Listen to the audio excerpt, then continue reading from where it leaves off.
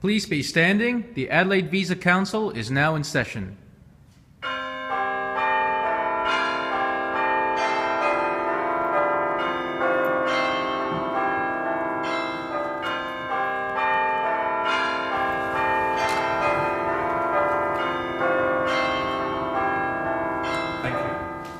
It's time again for the Adelaide Visa Council, and this week coming to you from the old Parliament House inside the chamber. Welcome. Thank you for letting us in here. Well, I think it's Mr. Speaker that you have to thank. Is that me? Because I'm sitting in the Speaker's chair? Well, you're missing the horsey wig and the robes. Oh, so we thank the proper Mr. Speaker. Mr. Atkinson, Mr. Speaker. Thank you, Michael Atkinson. We have three cases before us tonight in the Adelaide Visa Council. These are people who have been talking about Adelaide on social media, in particular Twitter, and referring to it in a way that we must deem is either worthy of being granted an Adelaide visa or having it revoked. So here are the first defendants. And the first case involves Tim Lee.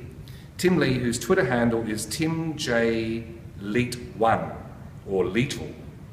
And he is from Perth, and I saw him tweeting on the weekend this.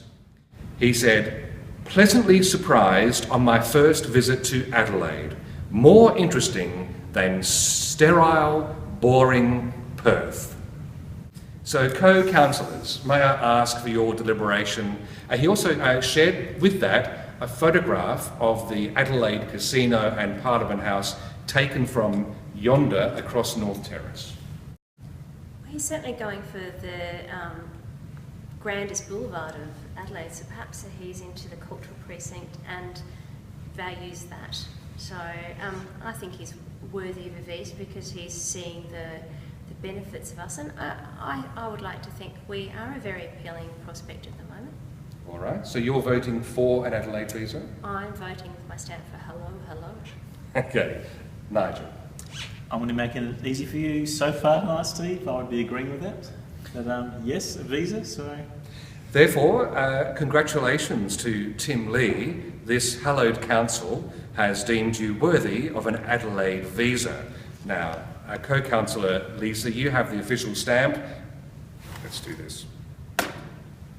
Thank you. Congratulations, Tim. Now, Tim's comment was actually to Chris Purcell.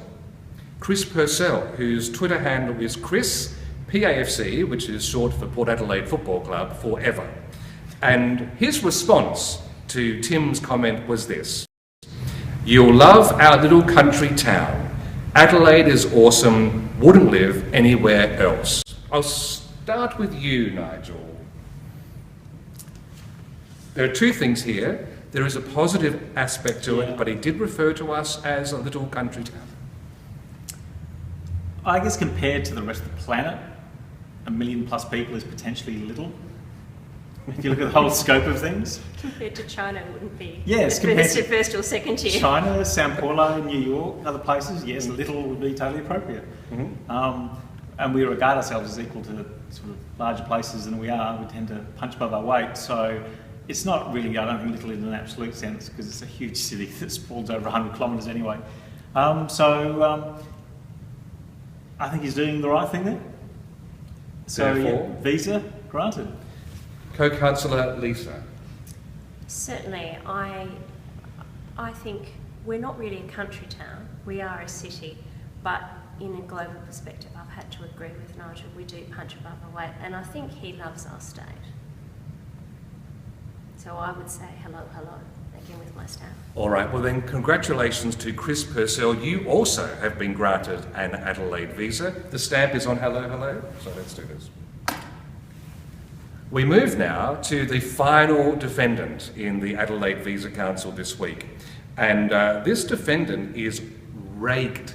I'm not even sure how to pronounce this. You have more of a diverse background than me, Lisa. It's R-E-Y-G-T. Where? Let me read it. Regit. Reygd. Reygd? Reygd? What? So this is the tweet that Reygd shared.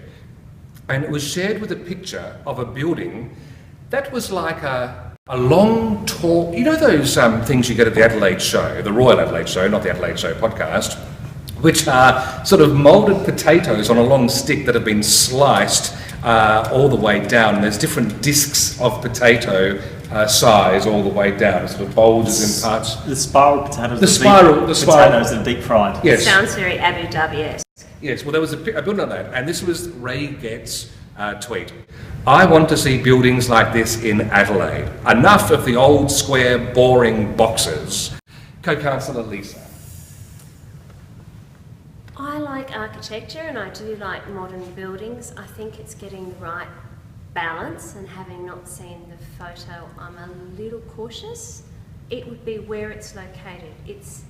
I'm not against the modern. I love the extension of the law courts and various other modern buildings we've had in the CBD, and I like that we're growing taller, and I like that progression, but its location, I would find that a little bit strange if it was right next to, say, Government House or on the cultural precinct. I think you have to have a stepped up high architectural line.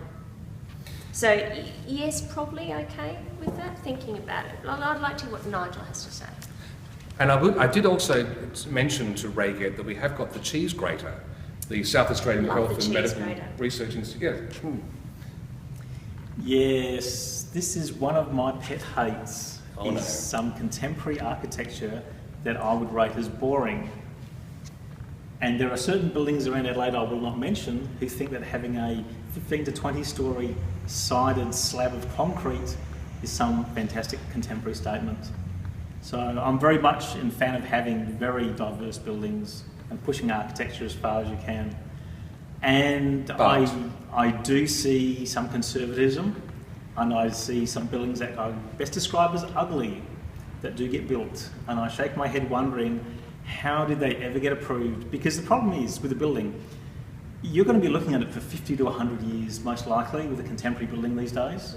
And these old buildings are fine because they're built well and they're ornate and they look nice.